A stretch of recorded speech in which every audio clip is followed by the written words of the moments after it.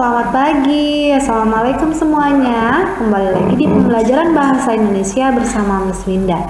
Oke, untuk semuanya silakan siapkan buku dan alat tulisnya ya.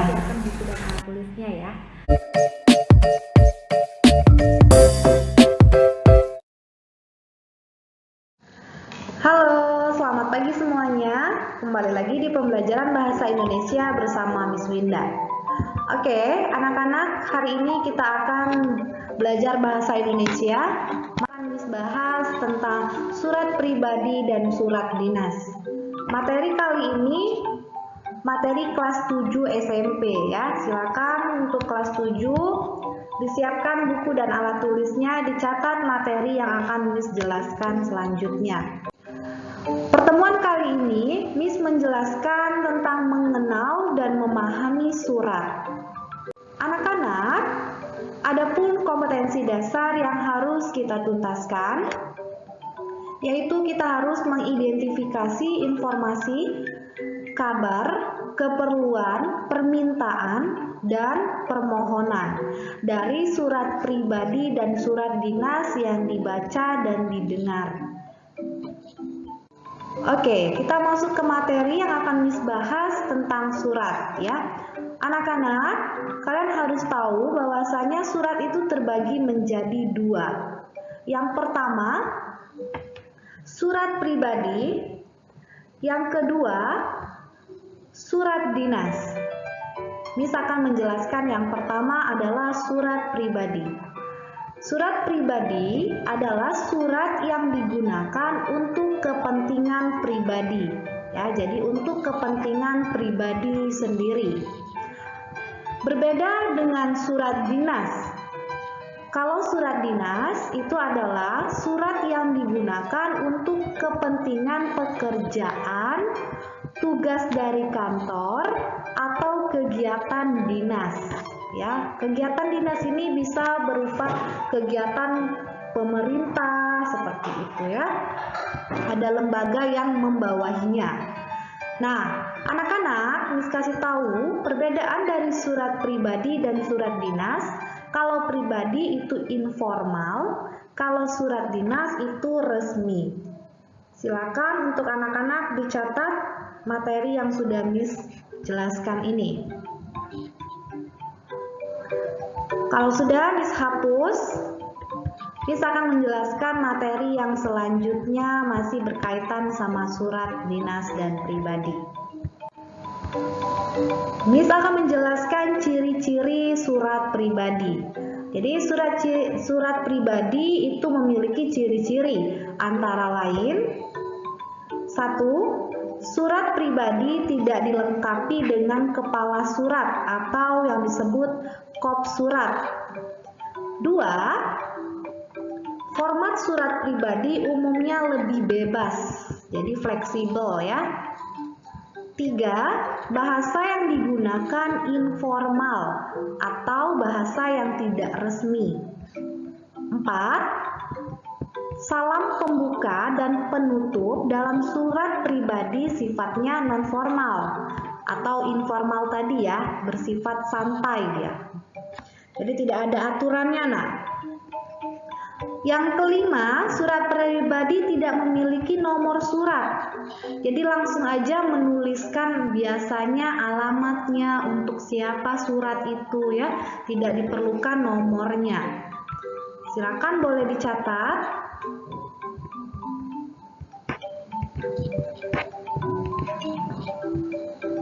Oke, kalau sudah misalkan lanjut ke penjelasan selanjutnya.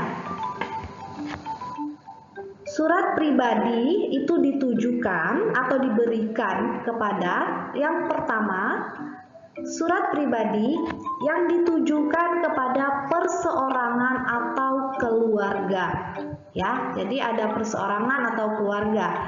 Itu disusun dalam bentuk yang tidak resmi. Ya, tidak resmi. Baik dalam bahasa maupun struktur dalam format pembuatan surat pribadi. Miss kasih contoh. Contohnya adalah seperti surat perkenalan, ucapan terima kasih, dan yang terakhir permohonan maaf. Nah, contoh 3 surat ini boleh ditulis dalam bentuk tidak resmi ya bahasanya, menggunakan bahasa kita sehari-hari boleh, tapi sopan harus. Selanjutnya, misalkan menjelaskan yang kedua, ditujukan kepada instansi ya, disusun dalam bentuk resmi. Seperti apa? Contohnya, yang pertama surat lamaran kerja, yang kedua surat jual beli, baik jual beli rumah, tanah ya. Dan yang ketiga surat undangan pernikahan. Ini adalah yang kedua. Silakan Nak, boleh dicatat. Oke, kalau sudah misalkan lanjut ke materi yang selanjutnya.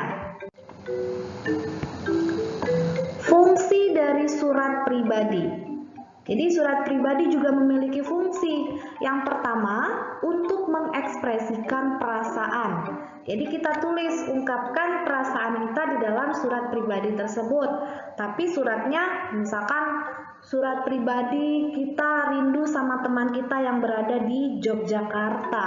Ya, kita ungkapkan perasaan kita di dalam surat pribadi tersebut. Kedua, mewakili penulis surat untuk berkomunikasi dengan pihak lain.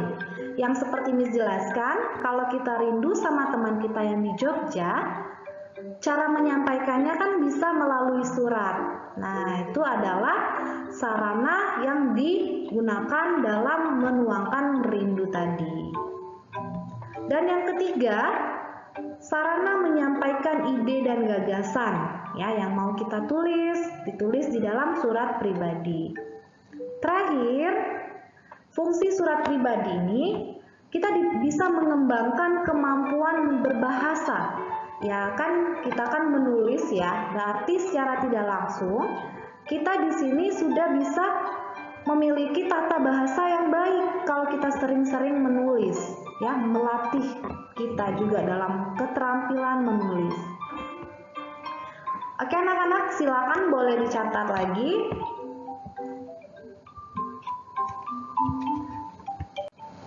Oke, di sini Miss Winda akan memberikan contoh surat pribadi. Semuanya diperhatikan contoh dari surat pribadi. Pertama, di sini ada yang namanya kalimat yang Miss garis bawahi ya. Ini disebut alamat ya. Alamat, tanggal ya, tahun, bulan yang kita buat ya, surat yang kita buat. Lalu ini adalah buat siapa surat pribadi itu kita kirim. Tulis di situ ya yang diselingkarin.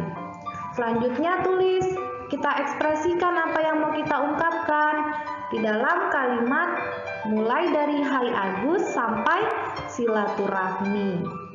Terakhir ada yang sekian sampai ibumu. Ini adalah kalimat penutup. Nah, yang terakhir Nak, yang dari sahabatmu sampai setiawan, itu adalah nama penulis surat atau pengirimnya siapa ya, ditulis di sana. Jadi ini adalah contoh surat pribadi. Silakan boleh kalian tulis.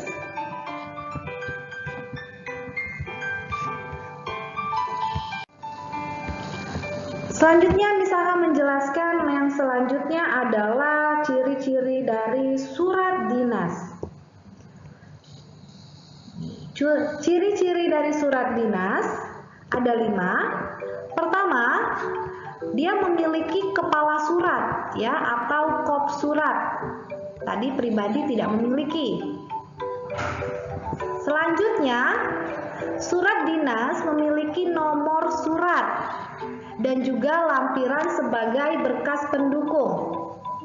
3. Surat dinas menggunakan bahasa baku dan resmi, serta dibuat dalam format tertentu, jadi ada formatnya.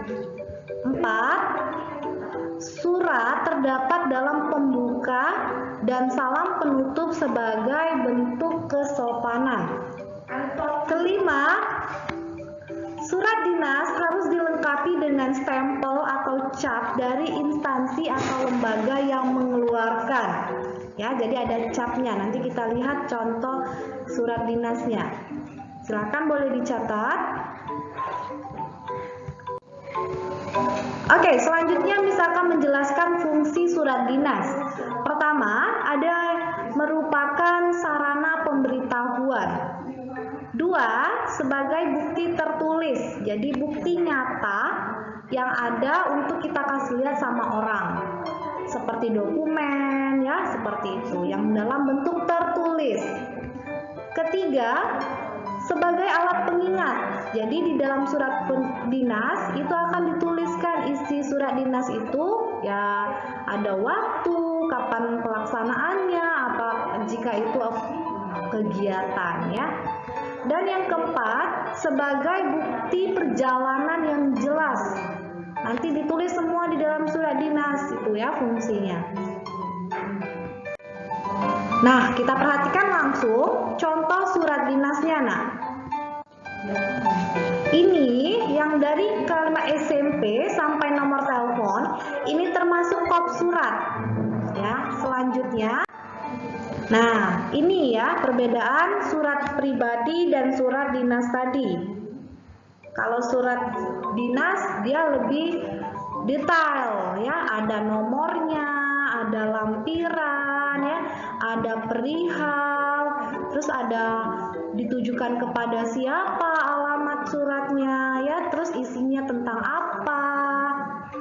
Lalu ditulis ditanda tangan dari kepala sekolah ya atau ketua OSIS yang melaksanakan kegiatan. Oke, ini adalah contoh surat dinas, bisa diperhatikan semuanya ya. Oke, tadi itu materi yang sekilas Miss jelaskan, kita masih mengenal tentang surat dinas dan surat pribadi ya. Miss punya latihan soal untuk anak-anak semuanya. Silakan disiapkan buku dan alat tulisnya. Latihan soal ini ada 2 soal. Kalian jawab di kolom komentar. Soal pertama.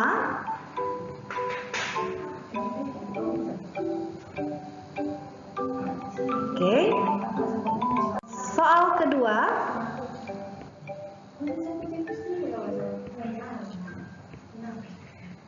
Oke, semuanya itu adalah 2 soal yang harus kalian jawab di dalam kolom komentar video tersebut. Miss tunggu jawabannya ya untuk semuanya. Jangan lupa disertakan nama dan kelas kalian juga. Oke semuanya, terima kasih sudah mengikuti pembelajaran interaktif bersama Miss Winda. Kita akan bertemu di materi yang selanjutnya. Semoga ilmunya bermanfaat.